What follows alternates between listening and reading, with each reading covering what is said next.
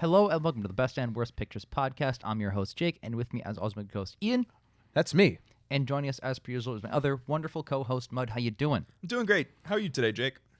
Even better. What is this show, you might ask? Well, every so often we sit down and watch a Best Picture winner, and we determine if it's one of the best or worst pictures as compared to the other winners. And this week, we're talking about none other than the 44th Best Picture winner ever, which is, of course, the hit 1971 classic, The French Connection. And to start us off, Mud has collected some fun facts, which Ian and I have not heard ahead of time. So, Mud, take it away. Thank you, Jake.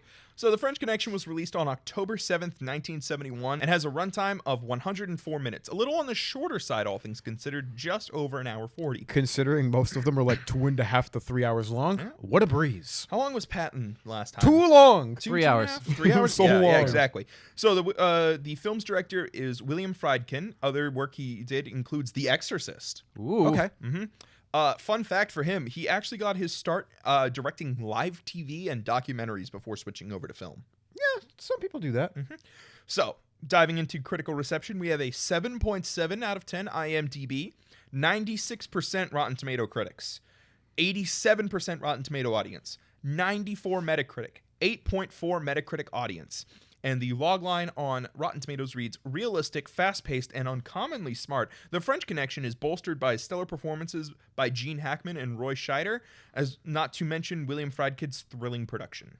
Okay. I recognize the big name there. Yeah, Yeah. you should. Gene Hackman, our first actor. He is Lex Luthor from the Superman movies. Yep. He was also, this is just a fun fact about his personal life, he was on President Richard Nixon's enemies list. That makes him a good person. That probably. objectively makes him a good It might person. make you a good guy. Now, if there's anything about him I don't know, I'm very sorry for everybody.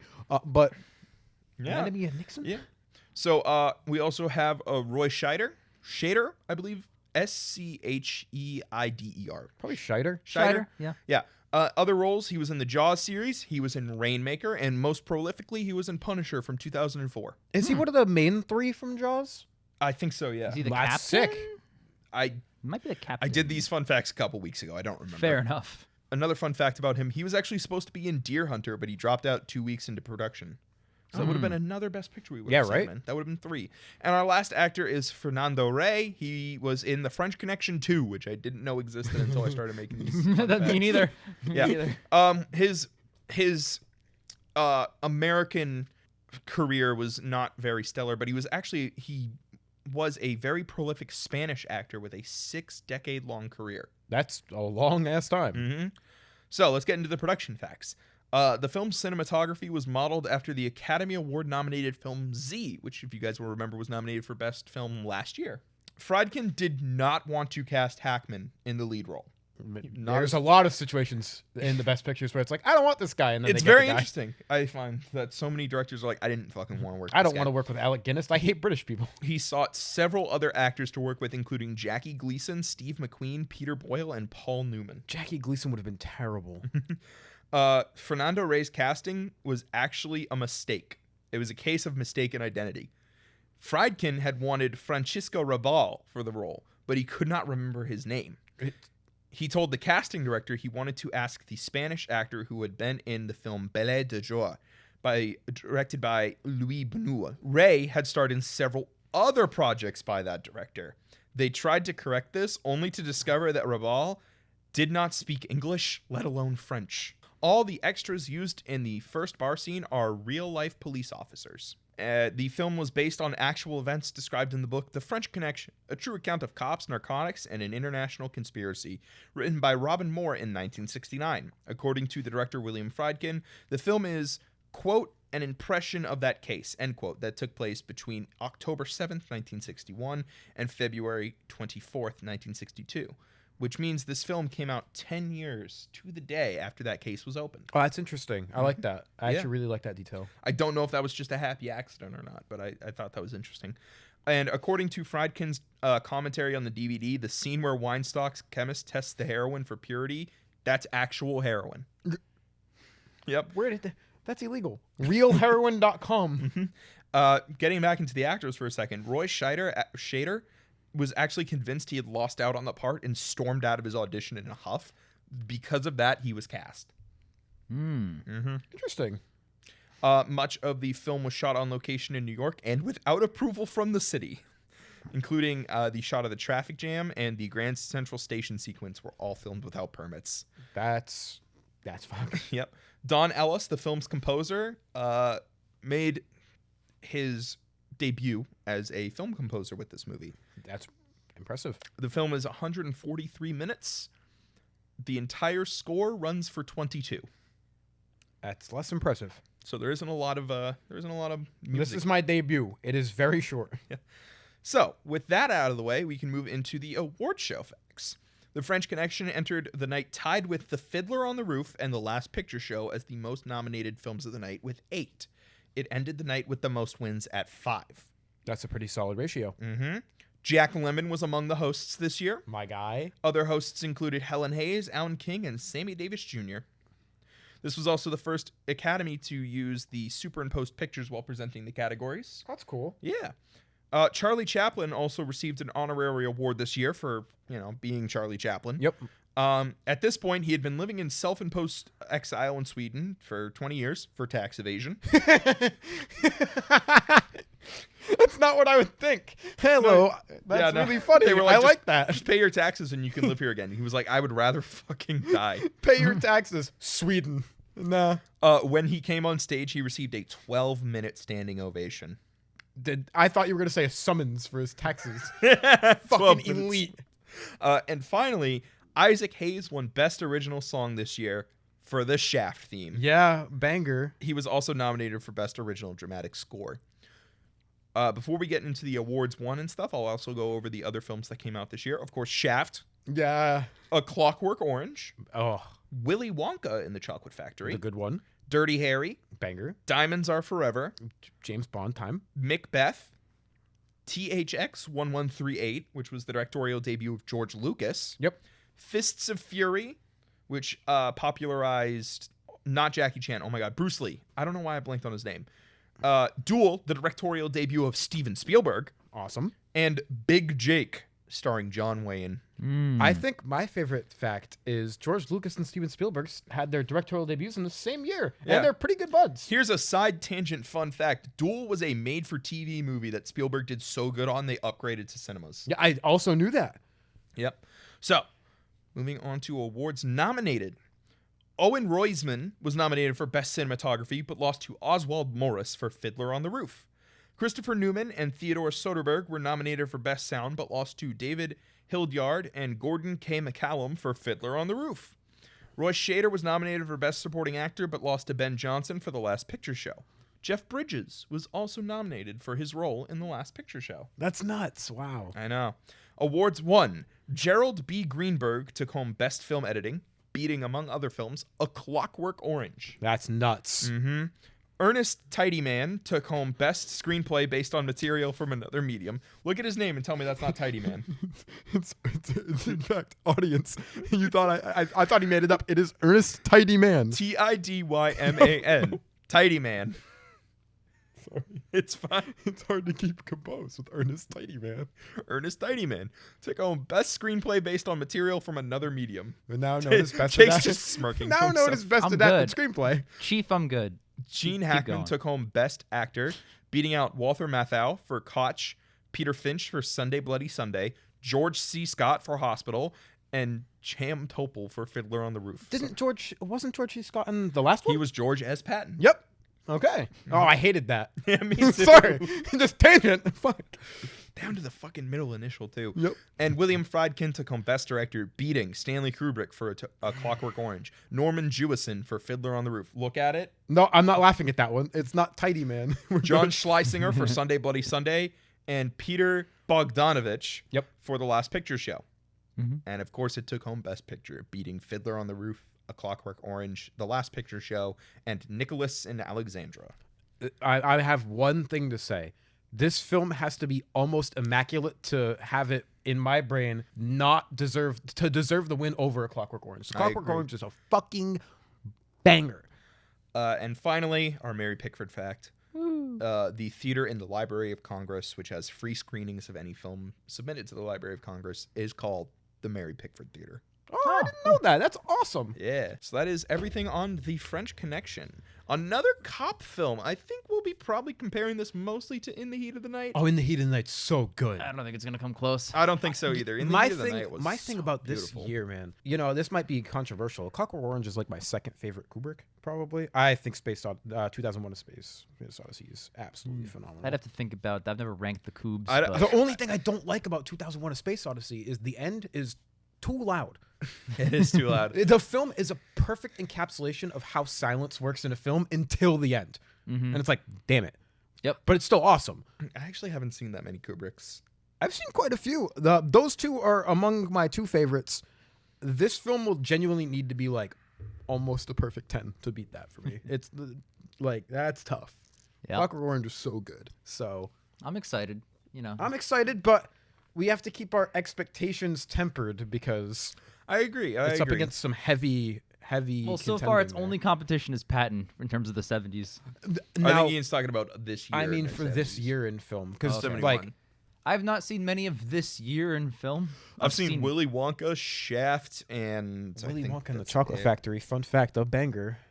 That might be everything I've seen. Oh, we've seen Dinosaurs Are Forever. What am I Oh talking yeah, about? that's Yeah, Shaft. Hello. We've passed We the do love me era some Shaft. where now every year that we watch an Oscars, there's probably a There's Bouquet gonna be Noir. like there's a non-zero amount. It's at least one film. Yeah, at least Guys, one. what's next year? 1972, Godfather, right? Nope. Yeah, buddy. Like we're in the era We're in. that the older films we get are like those beloved classics instead of like Yeah, the films my 70s? grandmother saw in theaters. Bro, the So- 70s. This is it. Yeah. This is the time. My parents were We're alive here. when this film came out. Written by the Tidy Man. We're So we're here, man. now we're getting it. So let's watch The French Connection. We'll meet you guys right at the end auditorily. So we just watched The French Connection. How do we feel? God, that is a great question. I'm not sure. Mixed. I'm Let's pretty say mixed. I'm pretty mixed.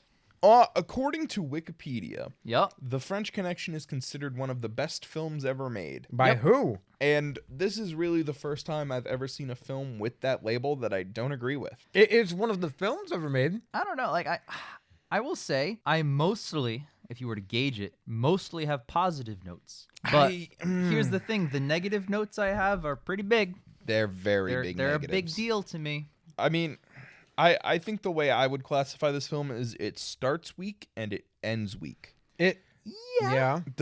The film jumps you straight into the story. It jumps you so far into the story that you almost have no idea what's going on. Yeah, the first half hour of this film was really fucking jarring. Let's Yeah. just say jarring.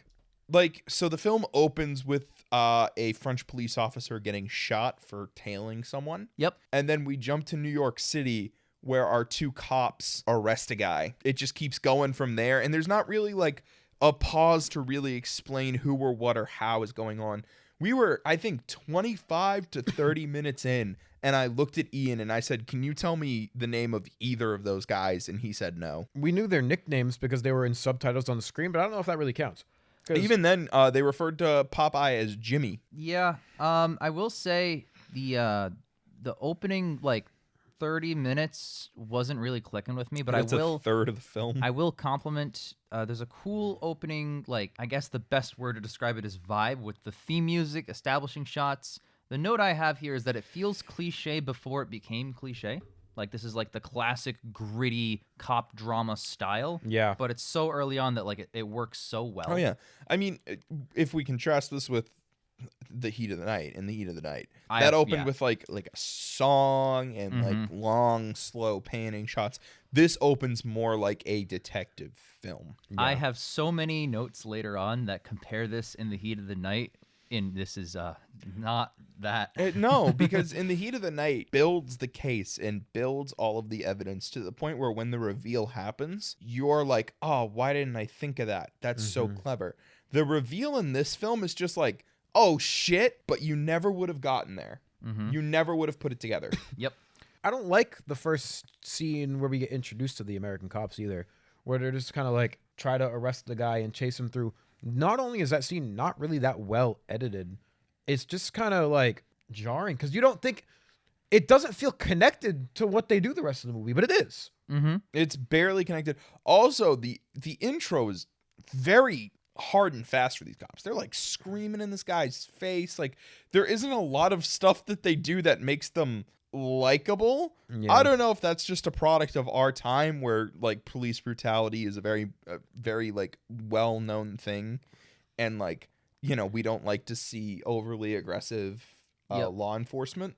Yeah. But like Gene Hackman's character Popeye is like threatening to like shoot this man. Yeah, let me kill him. And it's So- just like, this is supposed to be the nice intro to these guys. Given that well, I guess at that point we don't, but generally for the rest of the movie, we know the stakes of the story are kind of high, or at the very least, allegedly. Like, I'll get to that later. Yeah. But I kind of see they're doing what they're doing not because they're trying to catch a jaywalker. They're trying to stop major heroin busts and Yeah. stuff. Like, that's a bigger deal. Oh, they're busting $32 million worth of heroin. You're right. Right. But I'm not saying speaking it's of, justified. I shouldn't use it as a defense. Speaking of petty crimes, I know you two have not seen this film, but there is a film, I brought it up, The Other Guys from like 2010, and Popeye and Cloudy in this movie act the exact same way that Dwayne The Rock Johnson and Samuel L. Jackson's characters act in that film. But the thing is, in that film, it's a joke that like they're like these like super macho, super aggressive cops, but they're kind of bad at their job. But this film kind of plays it straight. Yeah, oh man, do I have a big thing later on the characters, but that's gonna get me on a soapbox. I really like the tailing scenes, not just the ones later in the movie that are like excellent, but like the ones throughout. I think because I buy Gene Hackman as a nondescript guy who blends into the background in every shot. Which Yeah. is funny because he was terrible, and he always gave himself away because He he'd like did. get right next to them. He's very incompetent. Well, here's the thing: like, plenty of movies don't do that well. Like, if it's like a The Rock movie where he's a spy or a secret agent. He's also like 6'10" and built Dude, like a fucking I'd house. be like, that man is the least innocuous man I've met. No, in my I get whole what life. you mean looks wise. I'm saying more like there were several scenes where Gene Hackman's character, where Popeye just walked like right up to them like 3 times in a minute. It's like, Yeah. dude, even I'd be like, are you fucking following me? They invented the binoculars before this point, and they used them in the film. You They can- Yeah. did use them in the My film. man's on the Lincoln Memorial scoping him out like It's so funny. That's great. I have more little compliments here and there before I get into like big stuff. Oh yeah, let's keep it going. Great score and use of score. Dude, the score is so good. Yes. Use of score, good, not great. That first chase needed the score. That first chase needed music. It was so awkward. It was just cutting and like the vague sound of footsteps. Yeah. That first chase needed the score. They could have sprinkled a little bit more throughout. It was only 22 minutes worth of music. Yeah, I would have liked to see it. Maybe even doubled, actually. 'cause Audience, it's for context, really when they good. say the first chase, they do not mean the train chase. Don't kill us. Anyway, go on. I mean, them Yeah, chasing... no, we're talking about the foot chase at the Right. start of the I movie. mean, them Yep. chasing the guy they get the first nugget of information from. Which that scene is so hectic. It takes you a second to really realize, like, oh, they're getting something relevant. It's not a good intro to the film. No. That's I will a say that's this. that's a agree second with- that's a second scene in the film. I would agree with you guys. I Yeah. think that could have used some music. When I say there's a great use of score, that's because the ones that stand out to me are the scenes that don't use it, that super don't need it. Like for example, the greatest scene ever, like the train scene, right? That's great. You're right. But there are scenes that lacked score that are noticeable. Like there's something missing here. Yeah. And that first foot chase, I think, is the perfect example because Yeah. it's just 3 guys running and it's cutting back and forth between them. And there's no noise. Like there's the subtle, distant sound of footsteps, but there's no dialogue. There's no nothing. Yep. It's missing something. It's awkward. It is awkward. Although that awkwardness contrasts with the excellent things that are happening, which is really throwing me, which is why we're so mixed right now. The great cinematography. Oh my God, there's so many creative shots in this film. When Yeah. they are on the streets, the camera's always usually moving down a track similar to a car's linear movement. When they're on a boat, it waves back and forth, and then it cuts back to them on the boat, and they're waving at the exact same pace, so it grounds you. Every single scene grounds you in the scene. Even the crazy action scenes ground you in those scenes. POV shots. They use a lot of POV shots where you're looking through where the head of the car or the train or even the person is. At the very end of the film, I will say, those POV shots when Popeye is going through the abandoned building are terrifying because it's like this cramped space and you know there's a guy in there with a gun waiting to kill him and you're just waiting for him to appear in the corner of the frame. Yep. There are also some very gorgeous wide shots, like when Popeye's chasing the train and they have this gorgeous shot of the train going over on the tracks and Popeye's car right underneath it, and it's tracking Popeye's car perfectly center of shot. Oh my God, that was beautiful. I think I'm really going to stand by this. There is not a bad visual in this film. I don't think so. And I have criticisms, but that's not one. They're bad cuts, but not like visual. Sure. Yeah, there's a lot of the editing is good in the scenes, and then there's some awkward cuts outside of the scenes. There's one scene at the is it at the auction house? Yep, it's the auction, which I really like that scene. That scene had some really good editing. Internally, the auction, really good editing. It was fast paced. Every time somebody bid, cut to them. Cut back to the auctioneer. I hear 10. Do I have 20? Cuts to the guy. 20. Cuts back to the auctioneer. 20. Do I hear 30? Amazing, rapid, focused. Also cutting back to the cops watching who's betting. Yep. And then it ends with like the auctioneer starts to say a line and it cuts to the next scene halfway through the line. Yep. It's the kind of shit that our teachers would take fucking points off our projects for when we took editing classes at film school. Yep. I was like, holy fucking shit, did that really just happen? Like, if I ever made something, like even like a 2-minute little video, and there was a part where someone like started to talk and cut off, I would die a little inside. I'm like, that's such a bad edit. Yep. Yeah. Are you fucking for real? And that's in a Best Picture winning film? Best film of all time. He didn't finish the sentence. He started talking. Yeah. He was, it was like, like 2 words in. he was like, all right, and now we're going to cut. Yep. I was like, what? Why? Why would you do that? If you cut back to them talking about like who bought it and like everything, like mid sentence, and you can like hear them still talking in the background, like keep the auction going, it's more excusable that you cut away from a mid sentence because you're cutting to the other people's point of view still watching it. But it just cut to another scene, like a completely new scene. Yeah, that was a bit jarring. I agree.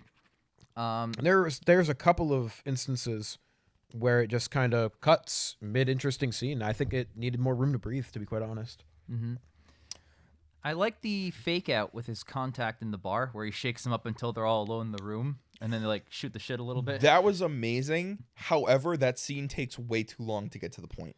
There's like 5 minutes of the two of them shaking down the bar randomly. I like that though. I would have liked it to be a little bit shorter initially. No, I Because like you the don't- time you spend with that. I like of all the things They're that the not- movie does not dedicate time to. I like that aspect. I don't like, because it doesn't matter in the long run. They're there to talk to this contact, and they spend like 4 minutes just jerking around, just looking at shit. I think if they ever returned to him, That's another or thing. he showed up more or gave them more information later, That I agree with. anything like that I agree with. He I'd could've- be should more have come okay back. with the time. He It never seems comes like back, things yeah. kind of just happen sometimes. Definitely. Like, we were sitting here, especially me. I was sitting here going, what the fuck does this have to do with anything? Because it just keeps going. It's several minutes of them just shaking down this bar randomly until the contact finally makes himself known. Like, they go through like a couple, like they just have these like random 2 guys. They're like, empty out your pockets, go stand in the phone booth. And it's like, what the fuck is going on? Yeah, it seems like things just happen for a little bit for the first half of this movie, really. Yeah. Of all the things that I don't like with the pacing, I really do like that they spent time on that. Because like they spend so much they don't spend any time developing the characters. I'll get to that later. Where I just feel like I've been missing that for a while. That's one of the only parts of the movie that I feel like is, oh, okay, it does feel realistic in some way. Like they probably would spend that amount of time in real life just, fucking around with that kind of thing. Cloudy especially does not have a lot of distinct character traits. Angry is his Oh, character trait. Baby. He's just there to be other cop. Oh, baby.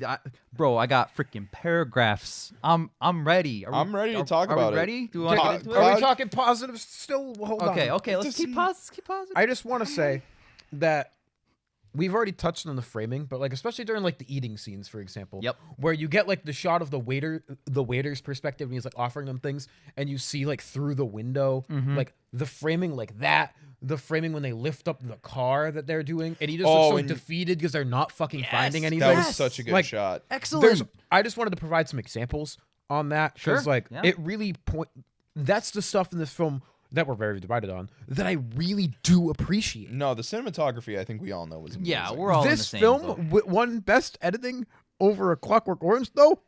Yeah, no. No, I'm totally with you. That one scene where they cut in the middle of the sentence alone should have disqualified it From being nominated. from being No, you're right. Oh my god, and like the scenes themselves are all beautifully edited most of the time, and then the cuts in between scenes Garbage. are just the worst. Like, okay, there's the scene in this film where the scene that's on the poster of Popeye shooting that guy, right? That happens. Popeye passes out from exhaustion.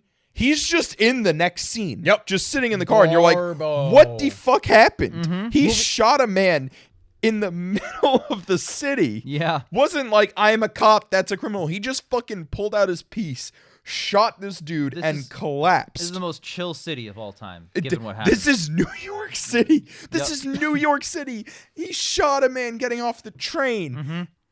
And then they just cut to the next scene, and he's just sitting in the car, and it's like, no. I just want to, like, and to harp on that a little bit, this film, I think all of that is a product of this film has no time to breathe. This film has no time to breathe. I agree. And it makes it so the beginning, I mostly agree. super rushed, just not fleshed out, doesn't allow you to sit with any of the characters to explain their reasonings why you don't do anything. I think that's part of your big problem. We'll get there. Is if we had 15, 20 minutes before that first chase, where we get a little acclimated with the case, we get acclimated with the characters, then you understand the reasoning of why they're doing certain things. All of a sudden, that first scene doesn't really suck. The next bar scene doesn't. The shakedown scene that we're talking about isn't as dragged out. You give them 15, 20 minutes to breathe there.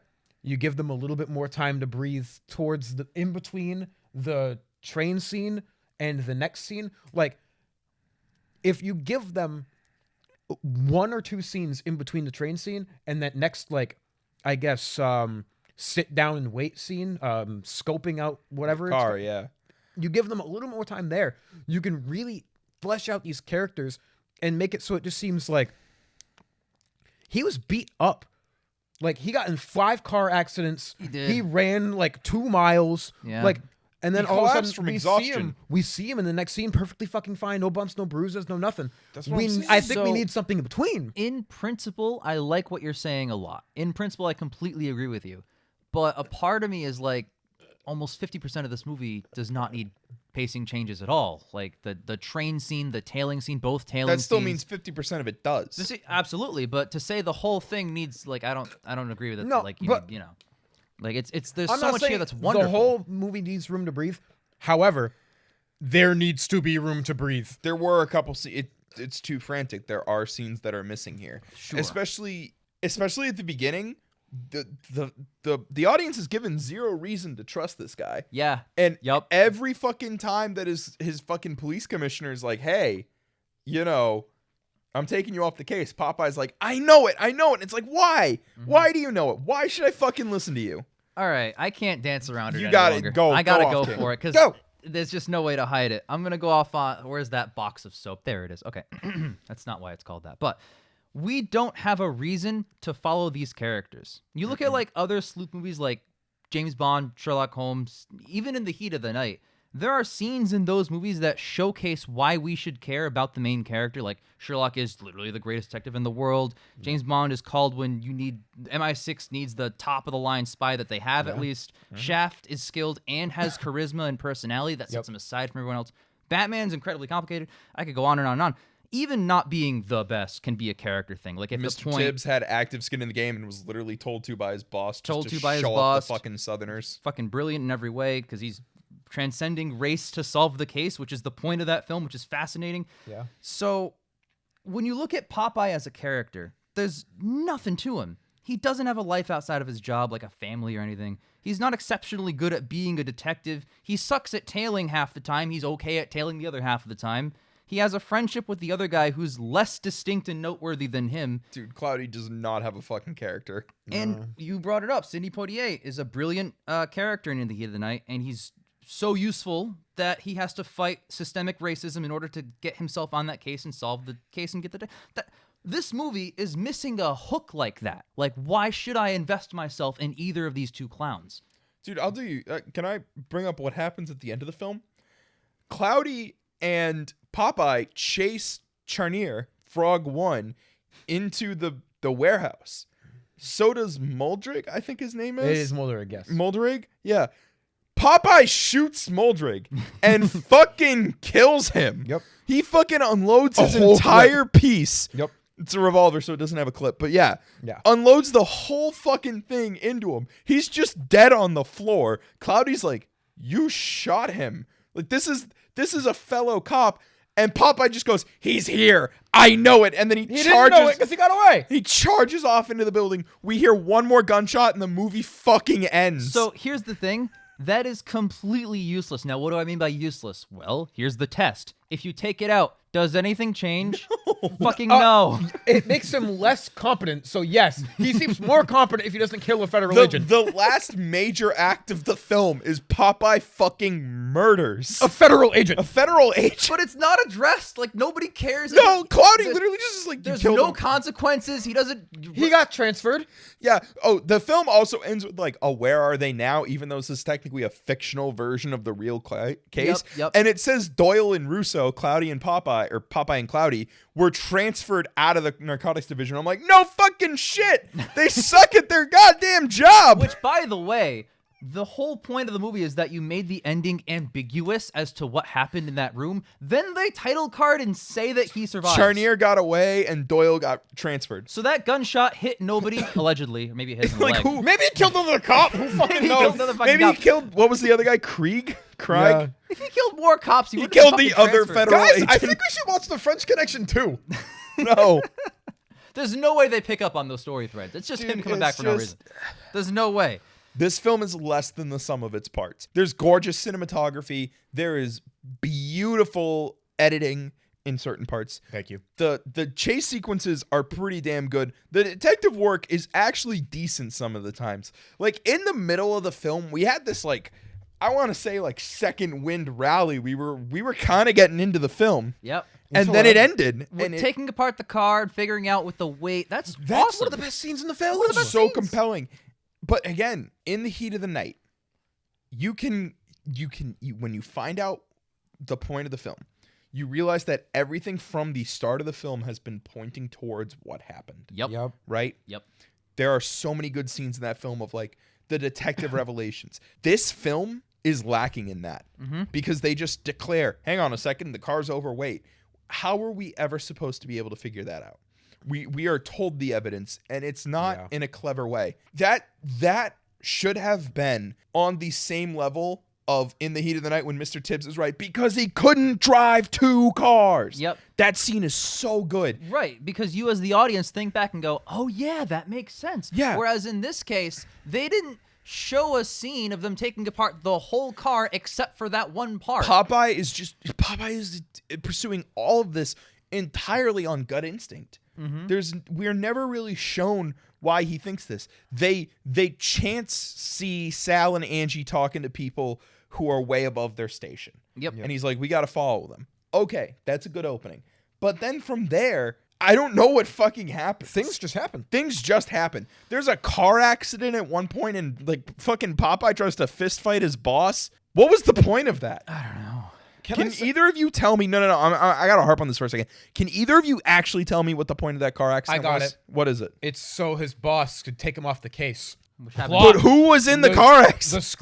The script said so. The script needed some adversity because they were doing too much. That scene that you were just talking about, the awesome take the car apart scene. You want to know how to fix that scene and make it seem really smart, like a good movie? Yeah, what's ready? up? They want to make it so the car doesn't look touched because obviously they don't want to throw it off. So they do everything, weigh the car beforehand, do all of it, put all the car back together. They look at it, they go, all right, they look like the registration or whatever. All right, the car's supposed to weigh this much. How much does it weigh? They weigh it.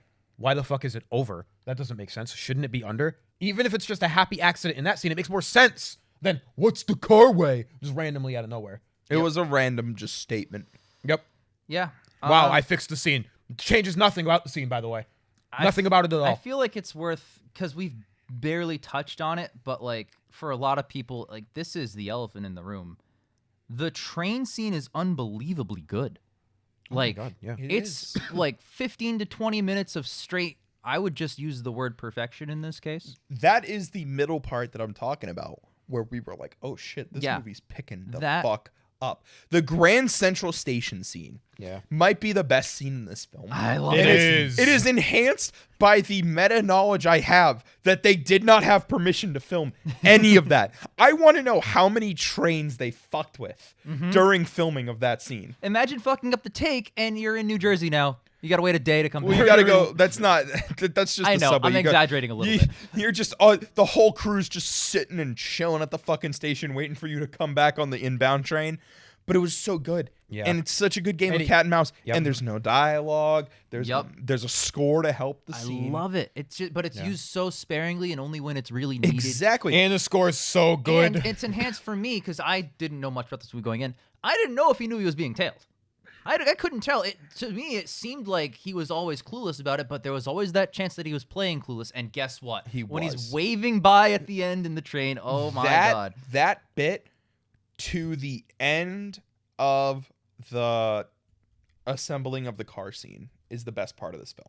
Yeah. That's like the exact 30 to 40 minutes that is the middle of this film. I have a note here that says this movie gets better as it goes along. That was Yeah. until the shit ending. It is. No, you're absolutely right. It starts weak, it builds and builds and builds. It's truly And it excellent. Gets at to this points. amazing climax. The second Popeye murders Moldrig, you lose me. You lose me, and then 10 seconds later, the movie ends. Like, what? Like, Are you kidding me? and why is Popeye so fucking obsessed with this guy?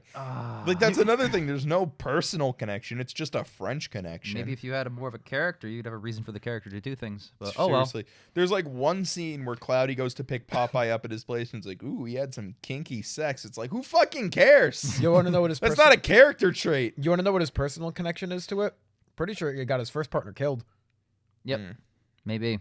but we don't know how the other cop died. You It know just what would gets have mentioned. been? You know what would have been cool or a good scene if that is the case? Maybe Cloudy gets injured because of something Popeye did. Mm-hmm. Yeah. You know, character growth. No, No. fuck that, right? I Oh, hate well. that there's title cards at the beginning. Sorry, They it's tell not, you. They it's tell you not, they're in France. It's not an Ian review unless I fucking complain about my least favorite thing in film. Yup. I'm No, I got obviously well aware we're in France with all the French. You don't have to tell me it's Marseille. I know what Brooklyn looks like. We just watched Midnight Cowboy. Right. Well, that's They do go over the same bridge from Midnight Cowboy. that's a good roundabout way. Any more ending notes before we move on? I liked the acting, even though the characters weren't wonderful. I like the Jaws acting. guy was really good. He was great. He was awesome. Gene Hackman, you can't fault him. No, He's you great. can't. You can't fault him. His character's just incompetent, not him. Right. Not the actor though. The actor's great. I really do like. There's one scene. There's one scene where they're talking about the case, and he goes Salvatore Boca. The cash register goes off. Yeah. Do not know if it was on purpose. However, if it was, that is one of the best edits of all time. I Cash also register noise. That narration, I thought, oh, they're going full film noir, but it's overlay of him talking to his partner. Awesome. So that's a really good I use like of that. That's Like- really good. Like I said, the auction scene is great until they cut it off mid scene. God, it's just so. I have one final note, which is when Frog One arrives on some sort of strange island, he gets off the boat on a dock, looks down to what appears to be a puddle on the dock that has weird items in it, picks one up, continues on, and then in the next scene, he appears to be eating it. I believe he picked an oyster or a clam out of the pool and was eating it, Mud. That was fucking weird. That is gross. That is disgusting. I actually have a couple more notes. That is beyond weird. And I don't think it was because you see him just biting into it. That's no. not how I you saw eat. him opening it with something on the way there. No, on the He way was- up. he was fiddling with it. It's still a fucking weird It is a weird moment. scene. One of my favorite little pieces of imagery in the movie is when Gene Hackman, he walks out of a place and sees a red flag, and then Frog One walks out. That was great. And it's the start of the scene. That's the where start of the train sequence. He ends up knowing, and he hits him with the little wave. Okay, but real quick, because I got to fucking double-edged sword you there. Then at the end of that scene, Popeye calls them and is like, why the fuck is this guy walking around? We're supposed to be like watching him. I just watched him walk out of the fucking hotel. and then they cut, and it's like, Yeah. what was the point of like? I thought you were setting up maybe some like corrupt cop, some stuff, right? No idea. And the last thing is, there's this really, really funny line when they're on the plane. And it's like, yeah, I think he's getting cold feet. He goes, the man sees policemen in his soup. Oh my God, that's so goddamn funny. That was good. It made me like, there is some good in the script here. There is some excellent editing besides almost every cut in the movie for some reason. Scene to Like- scene is bad, but shot to shot is good. That's how I would. I describe can't the say editing. enough how much of a double-edged sword this movie is. I feel like the hilt is also made out of blade, and that's the fucking problem. Yeah, it's a functional sword, but I'm hurting myself. Tidy Man really could have tidied up the script. So out of 10, so here's the thing. At some points I was like, wow, 8 or 9 even, especially in the middle. At the And then start- some points I'm like, wow, 5. So I'm kind of splitting the difference and going 7. That's how I feel right I now. understand that mentality. At the start, I was like, this is not getting above a 5. Then towards the middle, I'm like, this is a fucking 8. And then right at the end, I'm like, what the fuck did I just watch? Bro, okay. Literally take out the horrible ending, it'd probably be up to an 8 at least for me. Yeah. It built really well, but then that just really brought it down. So I got to say 7 overall. And I do just want to say, both these guys are painfully racist. Oh, yeah. It's Multiple Yeah. slurs Cops directed in the towards multiple 70s? different people. Crazy. But yeah. yeah. I mean, they're cops. What are you going to do? Yeah. That hasn't changed. What's your out of 10? I'd like to go last this time. I'm thinking about it. I think I'm gonna go one lower than you and say 6. Okay. Ah, This is a watchable film. Yes. you're right. There's a lot to enjoy here, Yeah, right. but it's hard to start. You gotta drag yourself through at least like 20 to 25 minutes of just like the weirdest shit. Like it's 20 to 25 minutes of a film that started 30 minutes ago. Yeah. You know what I'm saying? Yep. Like they start you right at the end of Act 1 and you're just like, wait, well, who are these people? Right. And the film fucking careens off a cliff in like, I want to say the last 2 minutes. Last like 30 seconds. If I'd it had just been Popeye chasing Frog 1 through the building and then it cuts to the gunshot and then just goes straight to black, that would have been no notes. There are cases where epilogue title cards for fiction works. Boys in the Hood is Yeah, the first Boys thing in I the think Hood. of. I Yep. think that's a great use of it. But the difference is, Boys in the Hood also concluded the story before that happened. Yes. The thing is, Boys in the Hood's also a fucking banger the whole time. Yeah, for many other reasons too. But like the Unrelated. structure here, this just flat out cuts off, leaves it ambiguous, And then tells me. Yeah, tells you the fucking title. Frog Like, 1 got away. Doyle got sent. So it's like, okay, so what was the point of the gunshot? Why'd you try and make it ambiguous? It's Why'd not a you good murder idea. Muldrick? It's not a good idea to make it ambiguous, but if you're going to, at least do it, You know, right? you know what my favorite thing is? You guys are both right. Both of you are correct in your scores. It's really fun. You mentioned something that I'm going to mention. You mentioned something that I'm going to mention. Mud's more right. 6 out of 10. You're also right. I gave it a 7. Then it ended. Then I bumped it down. You were just a point difference. Yep. No, No, I'm it's- totally with you, man. That's the thing. I feel I the was like, same you know way. what? It redeemed itself. 7 out of 10. Then it did the ambiguous thing. I'm like, all right, I don't hate that. Then it told me, and I went, all right, I hate that. Yeah. Yeah. And wow. It's just not even a 1-2 punch. It's a 1-2-3-4 punch. Murders Muldrick, doesn't resolve it. Ambiguous ending, not ambiguous ending. I'm surprised that we're so, given how mixed and weird and crazy of a bag this is, I'm surprised that we're so in line with exactly Well, now, what to be fair, it's not like the last time a movie was mixed. What were we mixed on? Patton? Oliver. I hated Oliver. Oliver. Oliver's You hate hated that fucking Oliver. movie. Oliver's not very Terrible. good, bro. Despised Oliver. But like, I gave Oliver a 5. We were like, oh, you know, there's the bad parts are really bad. The bad parts of this film are less bad than the good parts are good. The good parts of Oliver aren't very good. They're fine. Yeah. The good parts of this film are phenomenal. I think the difference here is we all kind of agree what works and doesn't work in this film. Yeah. We Yeah. all have the same idea. that Right. and Yeah. there's less bad here than there is bad in Oliver, and then the good is higher good, and the bad is less bad but still bad. But like our mixed leaning positive here is because yes, the things that are enjoyable here are worth it.